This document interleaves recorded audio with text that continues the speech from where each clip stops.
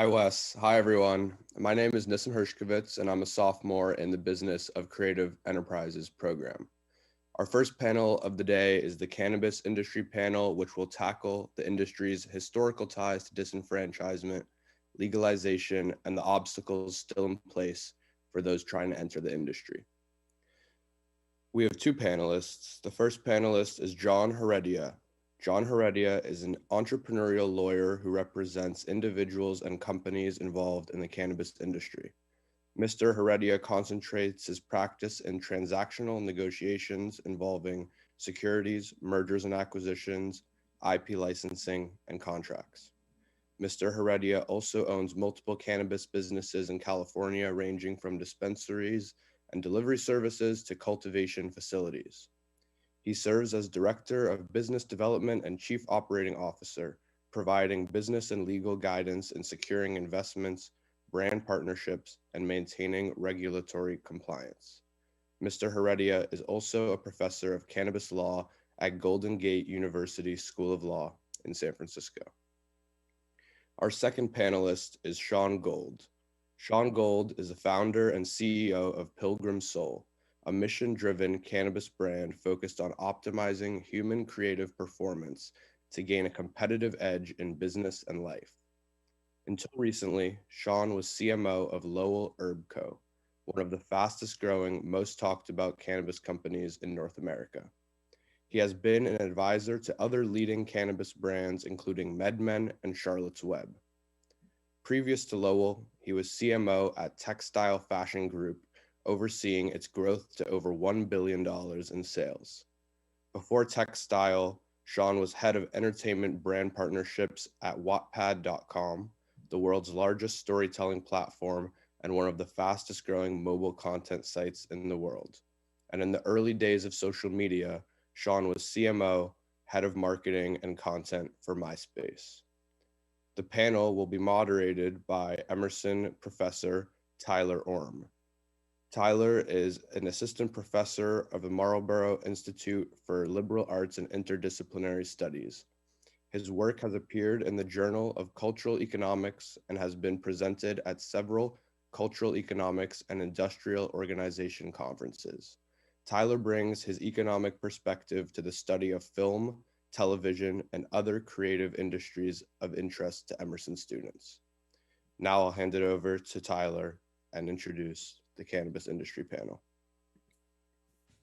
Awesome. Thank you, Nissim. I really appreciate the introduction and welcome everyone. If this is your first panel of the day or if you're carrying over from earlier, it's great to see everybody and not see you at all in some cases, depending on where we're located. Our plan for today, more or less, is I want to give each John and Shawn about 10, 15 minutes to really talk about their involvement in the cannabis industry, challenges that they've faced, and really kind of lay a groundwork for us. And then once we've done that, we'll hopefully have maybe about 20 minutes to get some conversation going among the three of us, make sure that we really kind of, are interacting with each other and not just telling each of our own stories. And then hopefully we'll have about 15 minutes at the end for Q&A. So I actually just want to start off. John, do you want to get us started? Kind of give us your ideas of where we're at with this industry and how things are changing. Absolutely. Hello, everyone. And it's a pleasure to be here. Thank you for the introduction, Nissim.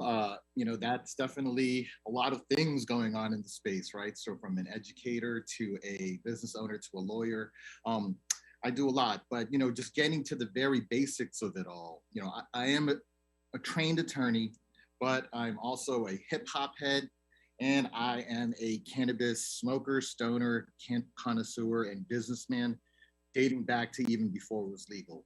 So a lot of the operators now, they've been involved in the traditional market, and it's all about being able to switch over to the above board market. And the challenges, that we face now above board is not the same kind of challenges that we face in the traditional market. I mean, we're talking about the taxation.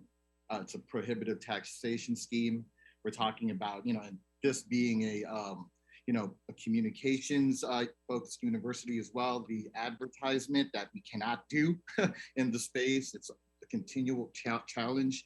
And also just the compliance, which is like we're like, just like everything has to be a pharmaceutical grade, basically.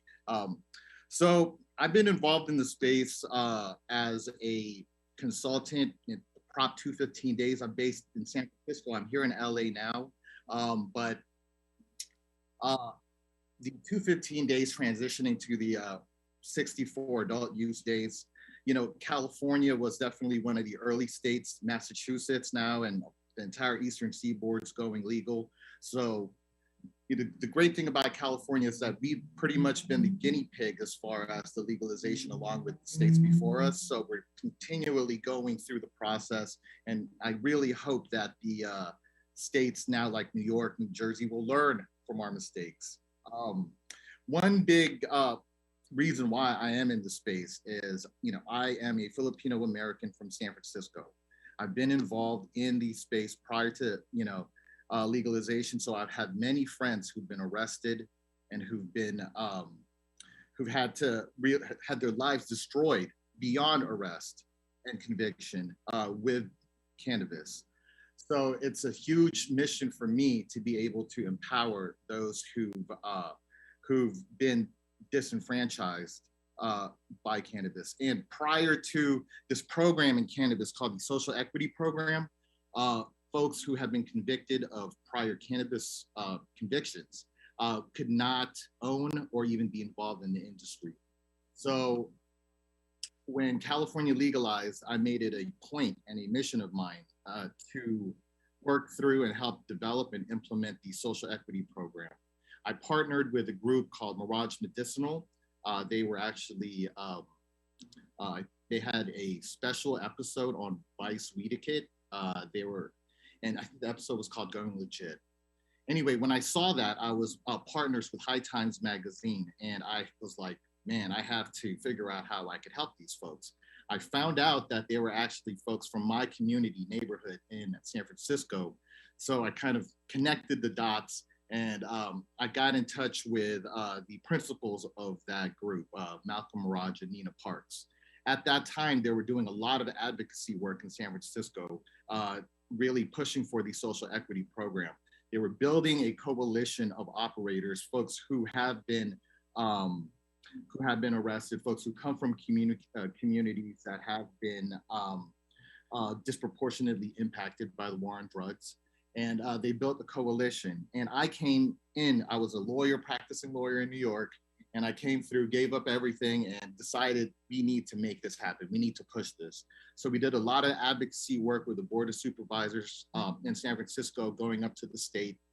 We were thankfully able to be a instrumental part of the implementation of the Social Equity Program in San Francisco. And through that position, let me take a step back. The Social Equity Program, if y'all don't know, is a program that does a couple of things. Number one, it's permit priority for folks who can verify that they're social equity applicants, and that's they've either been convicted of a cannabis crime in the past, they come from neighborhoods that have been disproportionately impacted by the war on drugs, and there is a income requirement along with other requirements.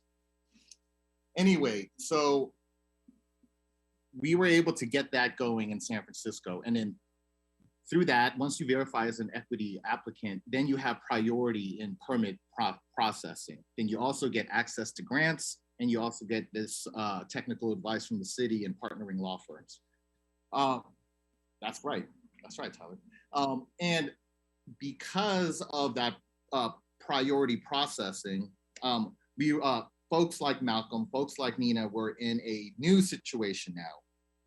Now they were basically the folks who everyone was looking at to, like the big folks, the big MSOs wanted to partner with, right, as far as investment, because they also wanted to be part of that priority processing, that social equity program, and also just to support the program, but truth be told, from a commercial standpoint, to be in the front of the line as far as licensing. So all that being said, my job was making sure that folks like Malcolm and Nina were protected during the negotiations with these bigger companies. And so I do that. And because that we kind of come from the same neighborhood, we become partners in a business sense beyond that. And it's been great. It's been a great process. Now we have 3 dispensaries in San Francisco, 1 dispensary lounge in the Soma, 1 in Cow Hollow, and other in Sutter. It's being built now. Very excited.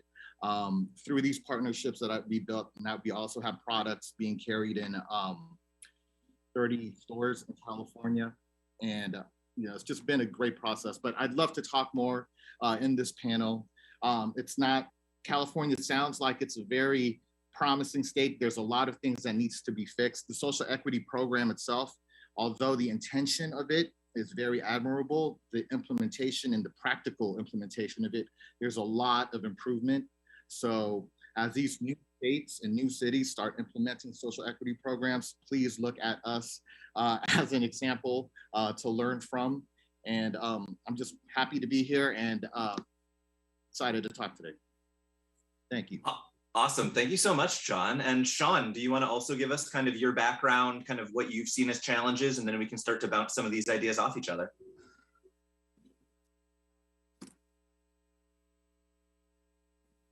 Okay, now I'm back. Yes, thanks for having me. Appreciate that. Thanks for the lovely introduction, Nissim and John. Thank you for all the work you do. Makes it possible for me to do the work I do. So my background is building businesses that haven't previously existed and imagining those business early in social media, early in blogs, before that, online storytelling and fan fiction and subscription fashion, building out Rihanna's brand, her lingerie brand, and Fabletics. So, and I've used cannabis throughout my career to really get a second opinion from myself and help imagine things and dream up new things. And it's been so I started a company to really help people, learn what I've learned and benefit from cannabis the way I have. And as John was saying, there's a tremendous amount of obstacles in this space.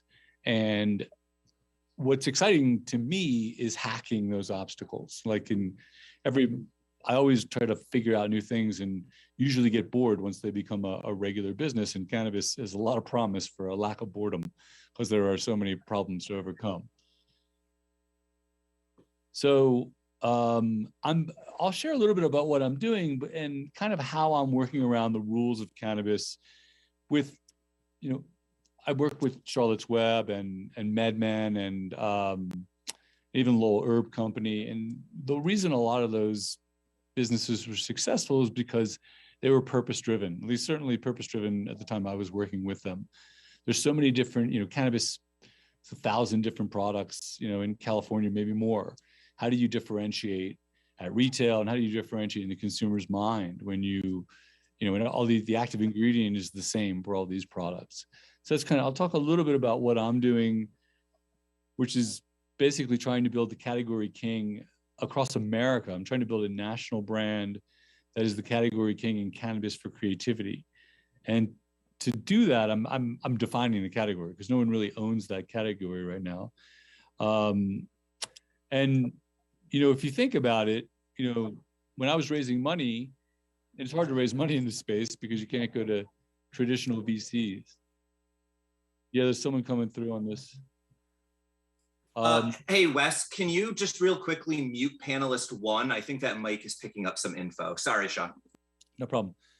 So if when I was raising money for this idea, one, it's hard to find people to invest, but also talk to finance people saying, they're like, I don't know if creativity is a big enough category for, in cannabis. And I'm like, you should not be in this job.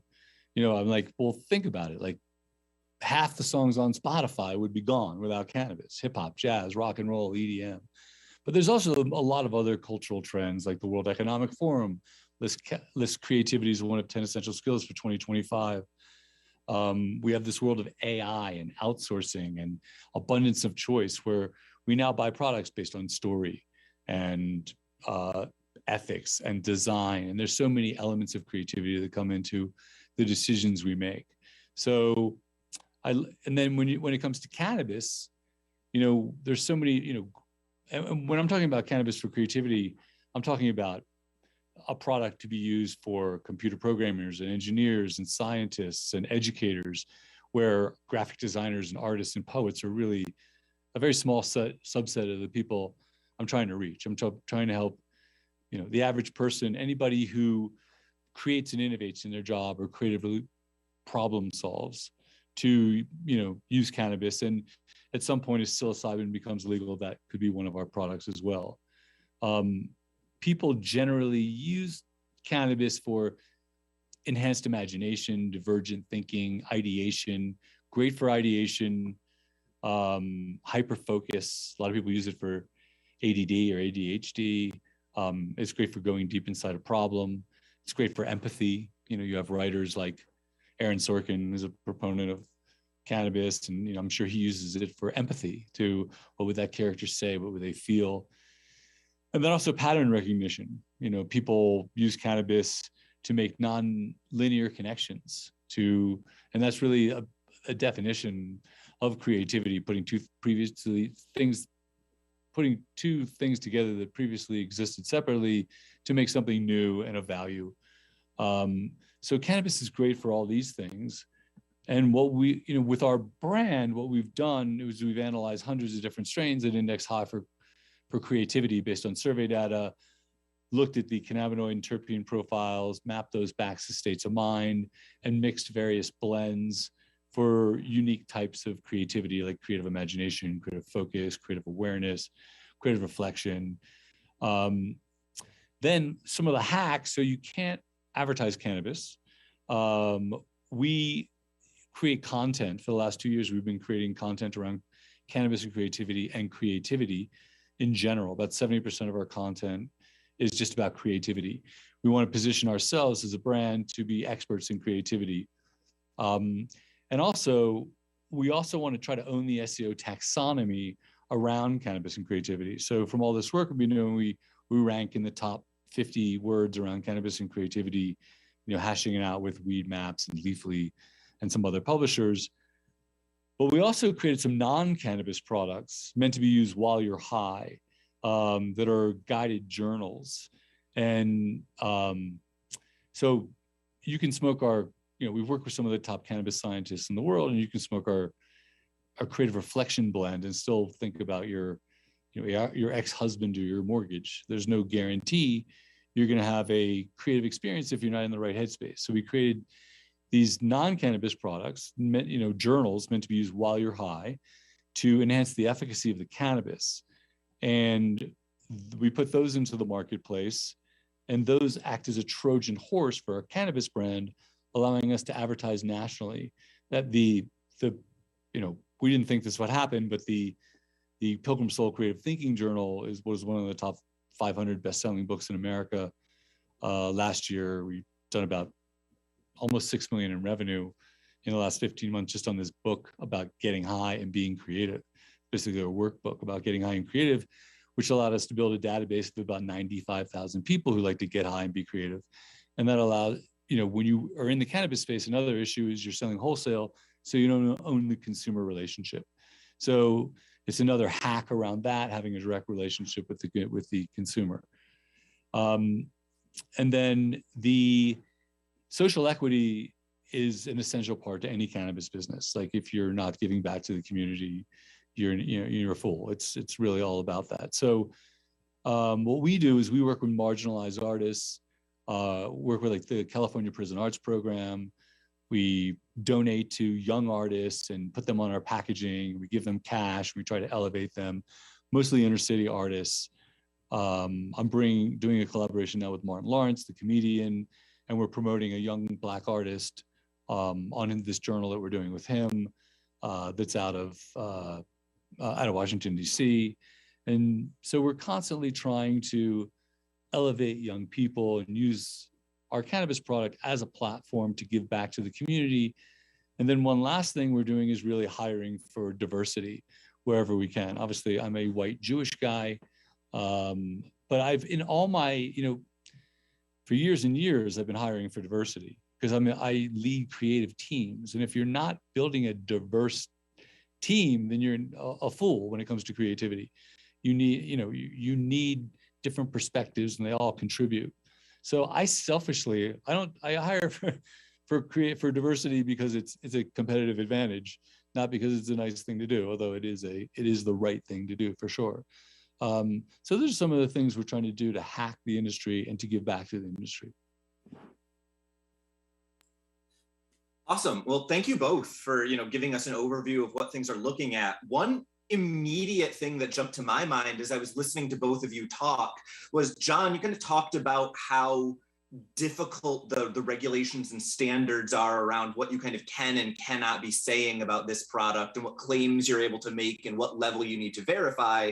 And then I'm hearing Shawn talking about not necessarily, kind of directly dealing with that regulation, but like you said, hacking it, right? Finding a way to get around it and do that advertising. So I'm kind of curious, John, have you tried similar things to that? Have you seen similar approaches? And Shawn, how much are you kind of directly interacting with this regulatory scheme? This was something that I saw the two of you kind of looking at in very different places. Right. Well, according to the regulations, you can't make certain promises behind cannabis, right? You can't say that, the plant can heal and direct, certain, whatever you're sick from. And you can't say that a plant is organic, even though it is, right? You can't have on the label organic grown. That's kind of silly. So, as far as those on that end, the packaging, yeah, that there's definitely, you want to avoid that.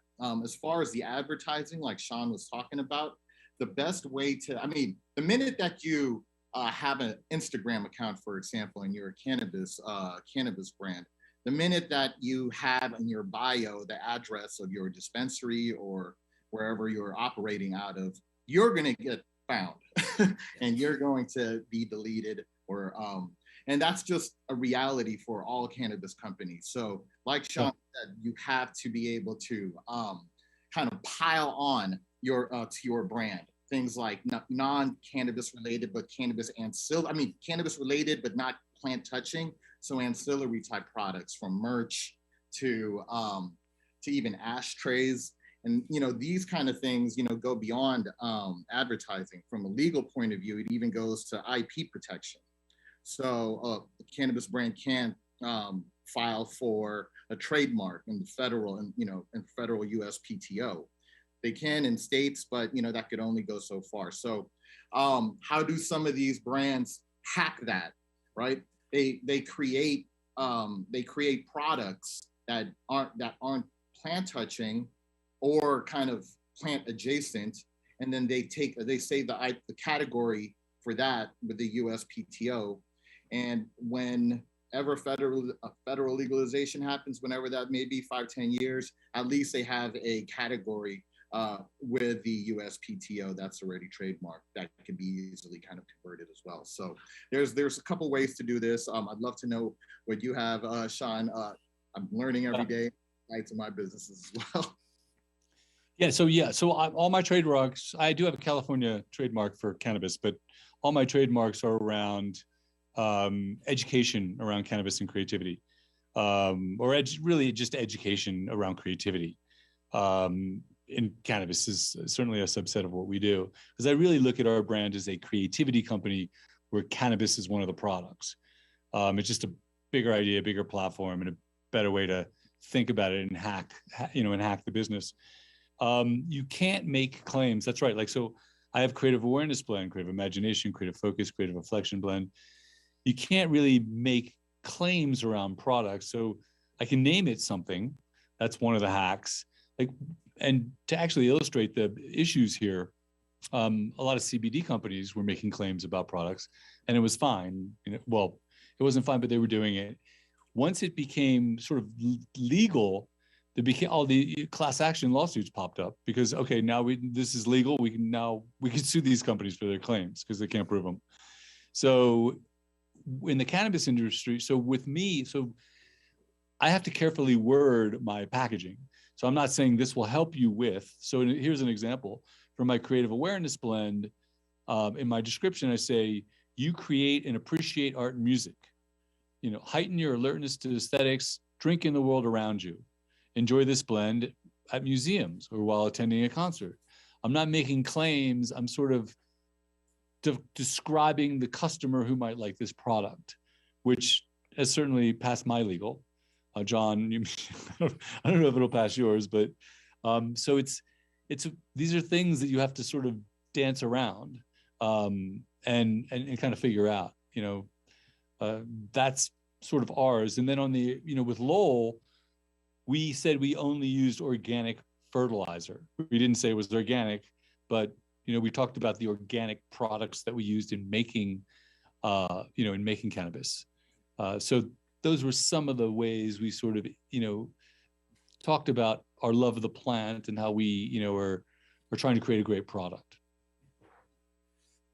Awesome. Now I'm looking at a few questions that some of the students have sent in, and a lot of them look like they are, something that you guys have already addressed to one degree or another, which is this question around the disproportionate impact of, policing in the cannabis sector prior to legalization, and how you're now trying to kind of promote some social justice questions. The question I had around this was actually, I know the story that I'm seeing a lot in newspapers and elsewhere is that as this industry is now starting to expand out of California, that a lot of these big cannabis focused companies in California that already have some economies of scale are really starting to become large, and the industry is more heavily concentrated than it ever was.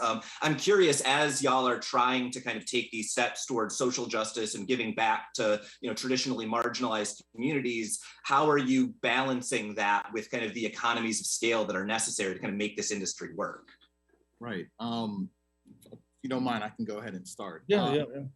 So, the social equity program is focused on ownership in the space, right? So it's really designed to make somebody a CEO and an owner and feel all of the weight and the struggles of a C-suite executive, right? And the reality is, though, that people who have been disproportionately impacted, not all of them either have the skills or the desire to be an owner in the space. Some of them want to start from the bottom as a bud tender or a trimmer or what have you, and learn the business and move on up to eventually becoming an owner. I believe that if we can kind of look outside of the kind of prism of social equity and just ownership, and then expand the program to require businesses to hire verified social equity applicants, I think that would kind of even or level the playing field instead of just being so top focused. I think that's just one idea. Yeah, as John was saying, you can't, you have these programs where, you may be able to get a license because you are, I forget what the 3 requirements, and certainly Los Angeles, where you have to live in a certain area.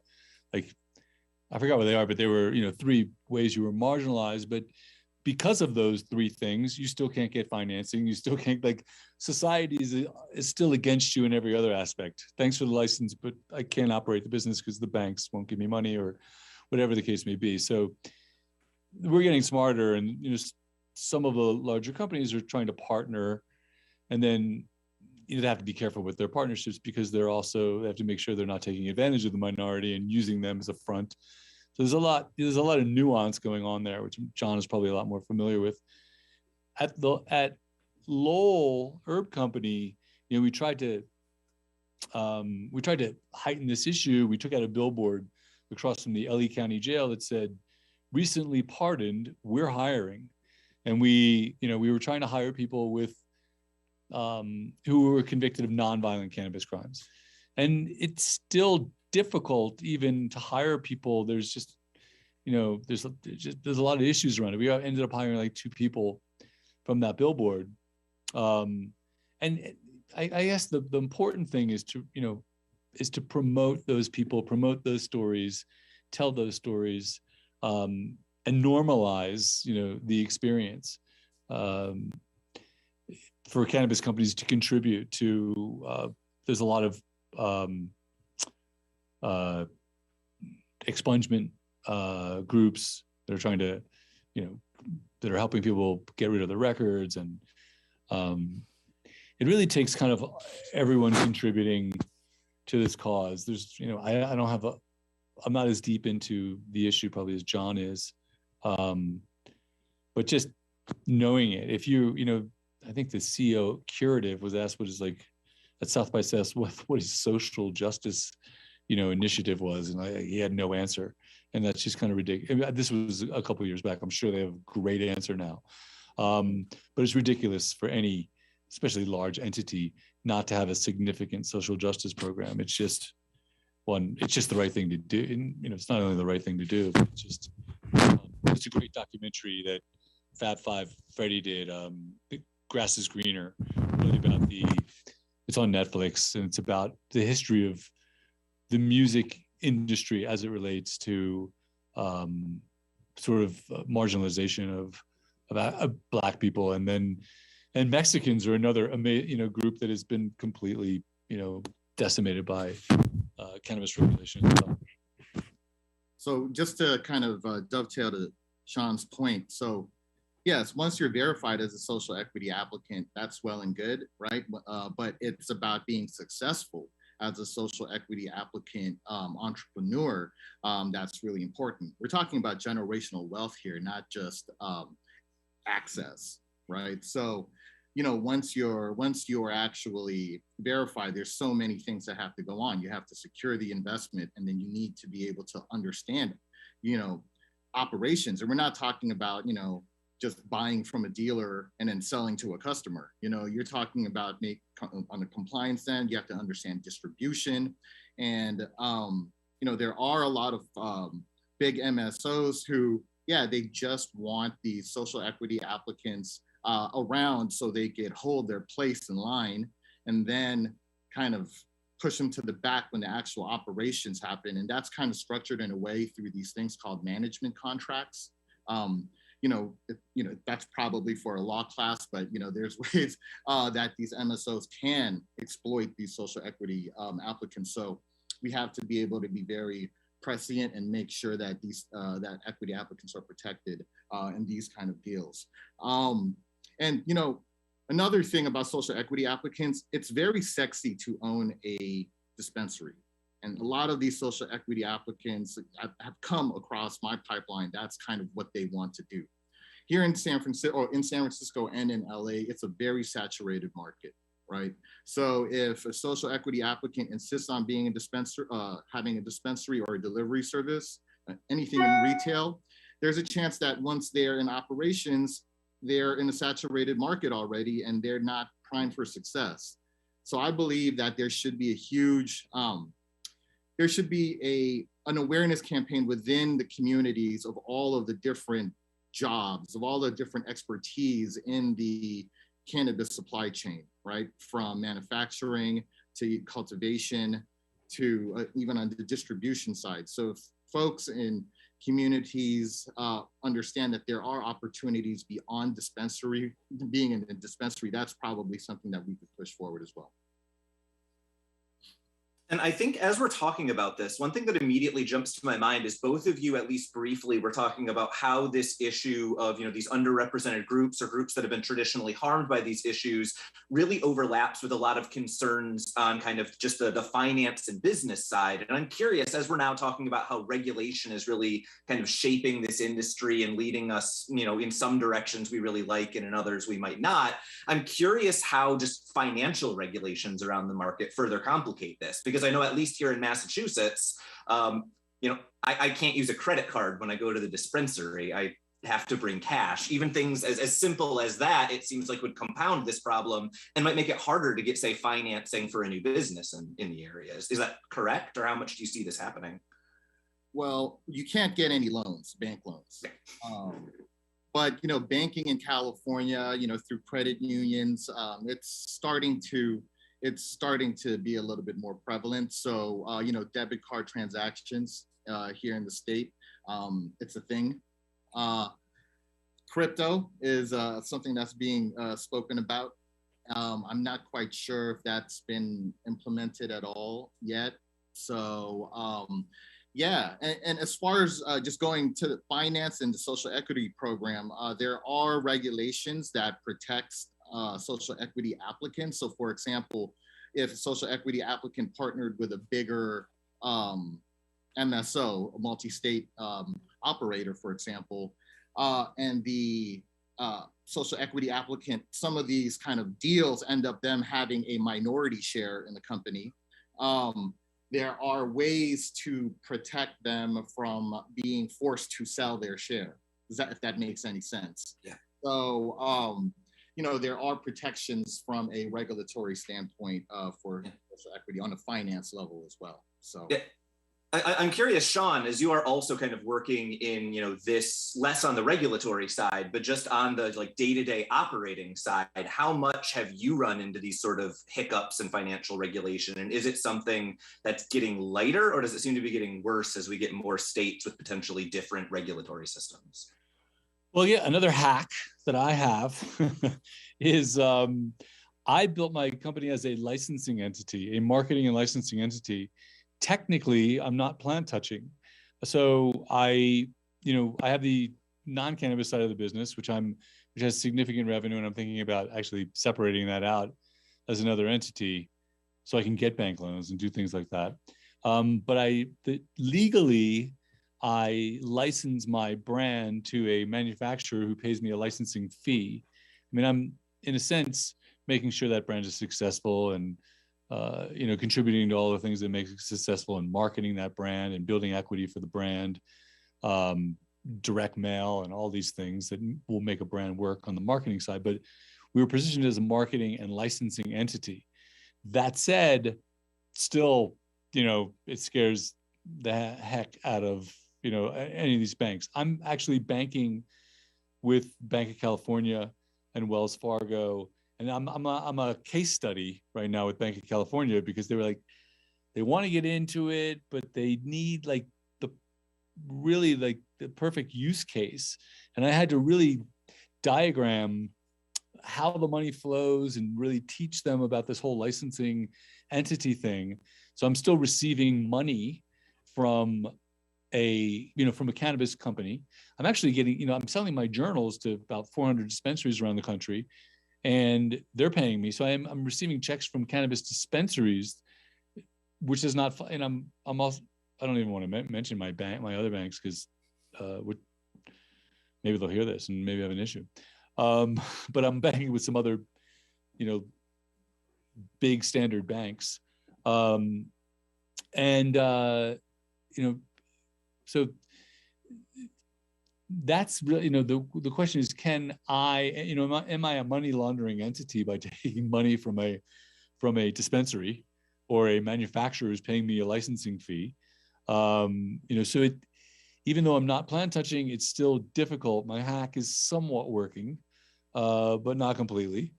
But there's also banking, there's also tax regulations and things like that allow me, because you can't deduct hardly any expenses if you're a cannabis entity, as far as the IRS is concerned.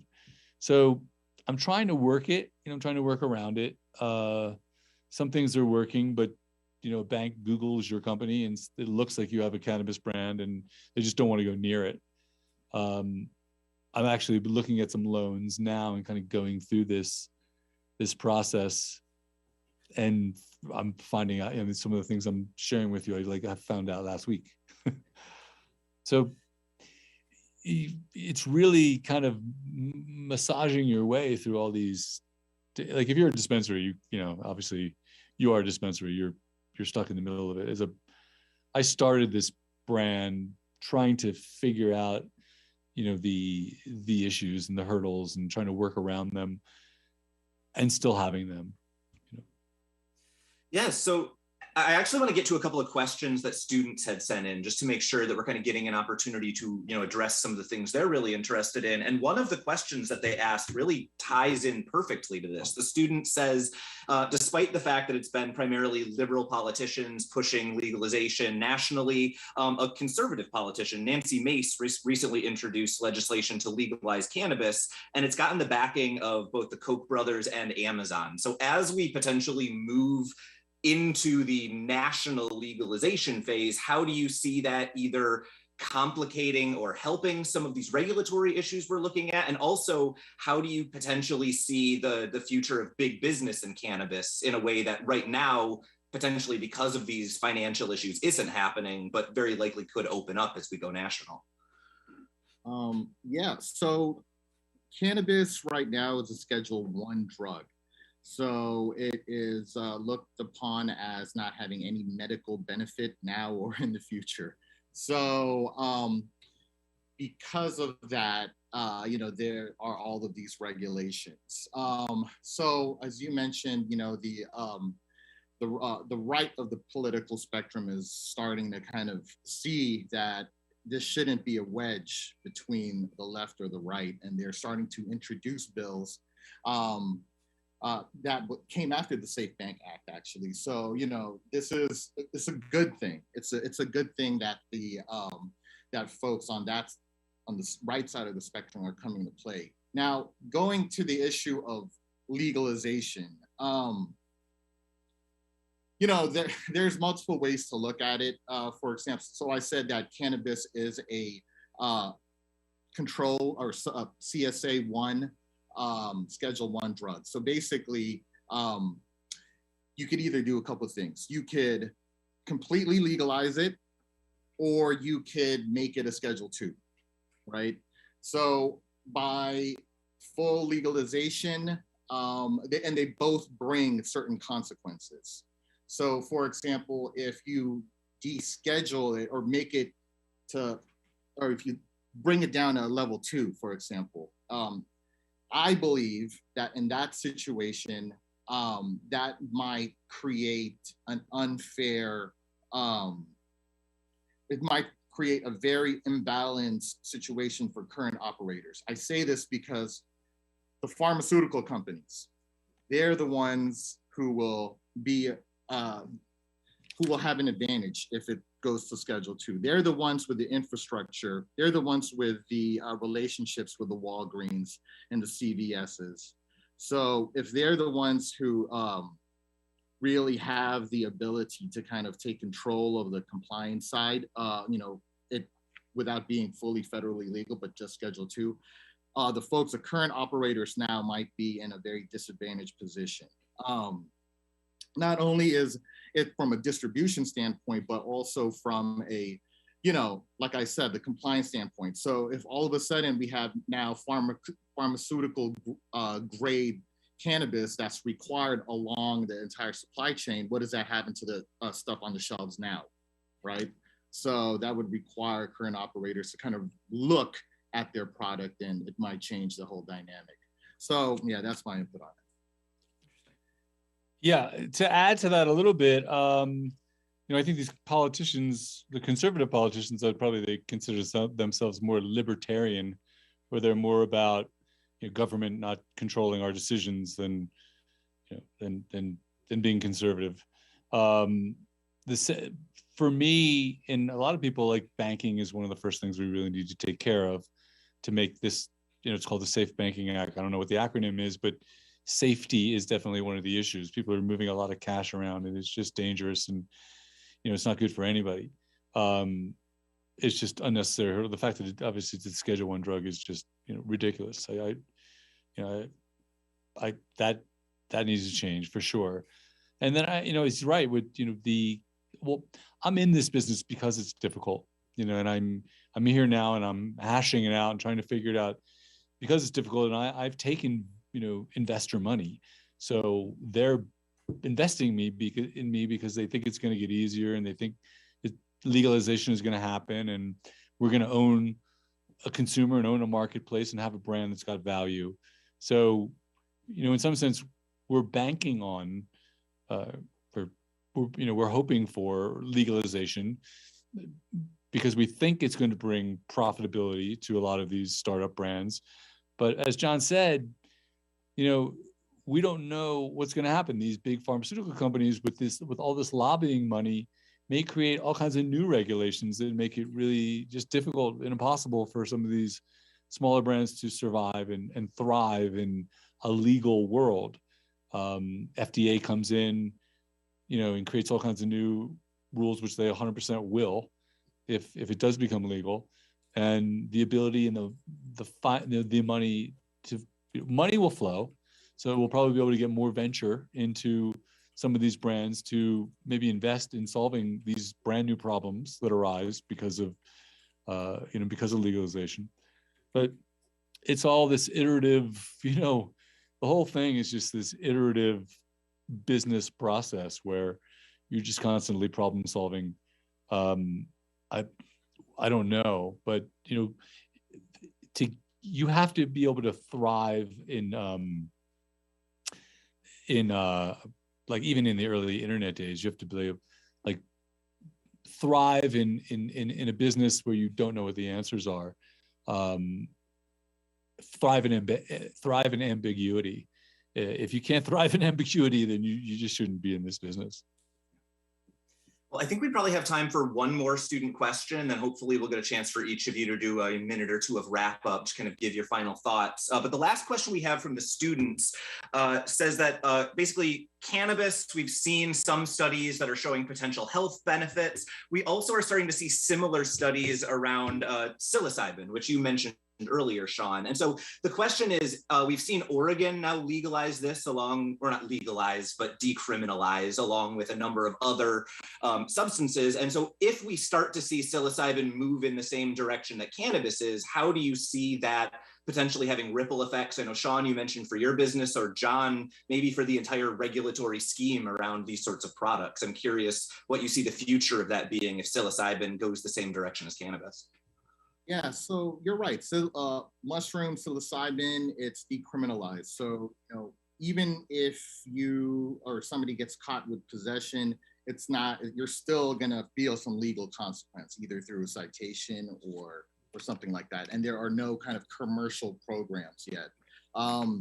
There are some kind of exemptions, like a religious exemption. There's a church in Oakland, for example. I think they got shut down, unfortunately, because they were doing beyond their exemption status. But as far as the trend, yes, it is definitely looking towards psilocybin and MMDA and a lot of these kind of psychedelics. And I'm not quite sure if it's a little premature because we haven't even gone through cannabis legalization yet. But yeah, no, it's definitely, I think that's just kind of the nature of emerging industries, right? So it's, and the fact that mushrooms and acid and or LSD and ketamine even, they have always been part of a movement, a bigger movement, kind of side by side with cannabis. So it's just now in the legalization kind of parallel now, right? Yeah. I see it happening. The kind of issues that I have are just common sense issues, right? It's kind of like, how do you actually manage the dosage, right? So, a lot of folks now are doing the micro dosing, and, we have chocolates now. So that's really the biggest issue. It can be done. Another thing is kind of like, a lot of the folks in the cannabis space, they were really about being, organic about their product, right? And ketamine is not organic, LSD is not. So, these are that we're going to have to confront as a culture and a society. Other than that, it's going to happen whether we like it or not. So, there's a lot of legal folks right now who are structuring businesses around this. We're getting ahead. There are already mushroom farms in Santa Barbara all the way up to Seattle. So folks are doing this, and things are packaged very professionally now. So it's just from a regulatory standpoint, I think it's going to take a little bit more time.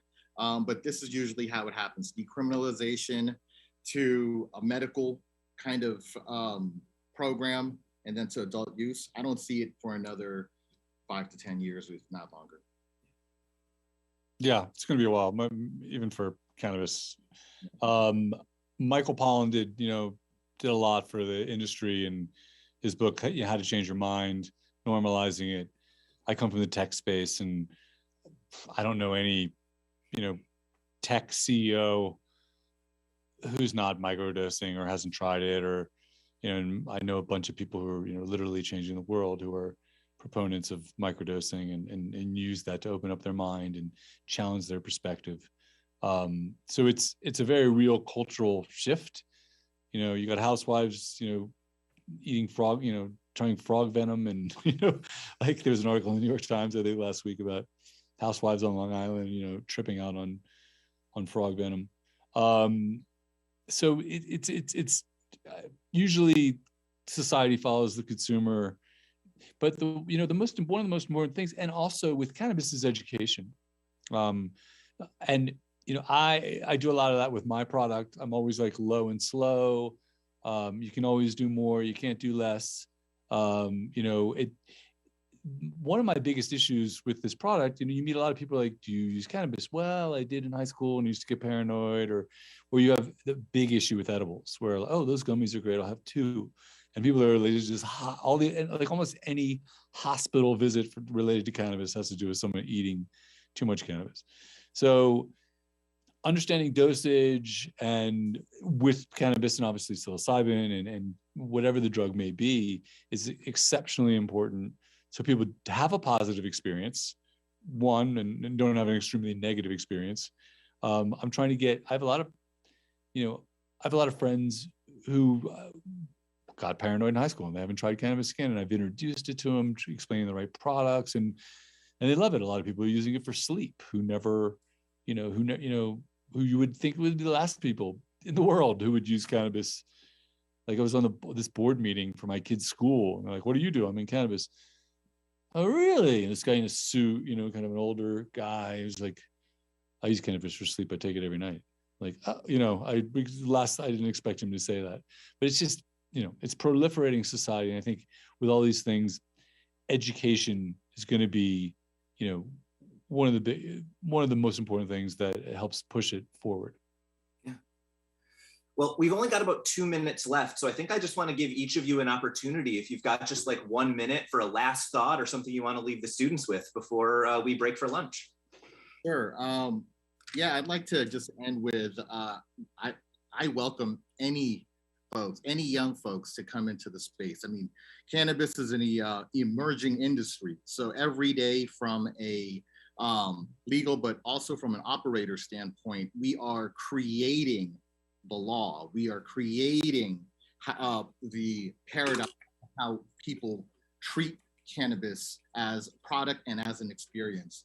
So, just being in the space, I asked, it's creating the law. Basically, it's not like fashion. It's not like music. We're with structures that are already established. Because we are in this industry, it is an exciting space, and we need folks who come from your backgrounds, from the communications to entertainment to fashion, to give your insight into this space. Because a lot of the operators, we have folks like Shawn now who come from outside of cannabis, but a lot of the operators are really traditional operators who are kind of learning on the fly all the other parts of the business that's required in order to have a successful business, like marketing and sales from a corporate standpoint. So I just implore anyone who's interested in the space, we can change the world if you come here.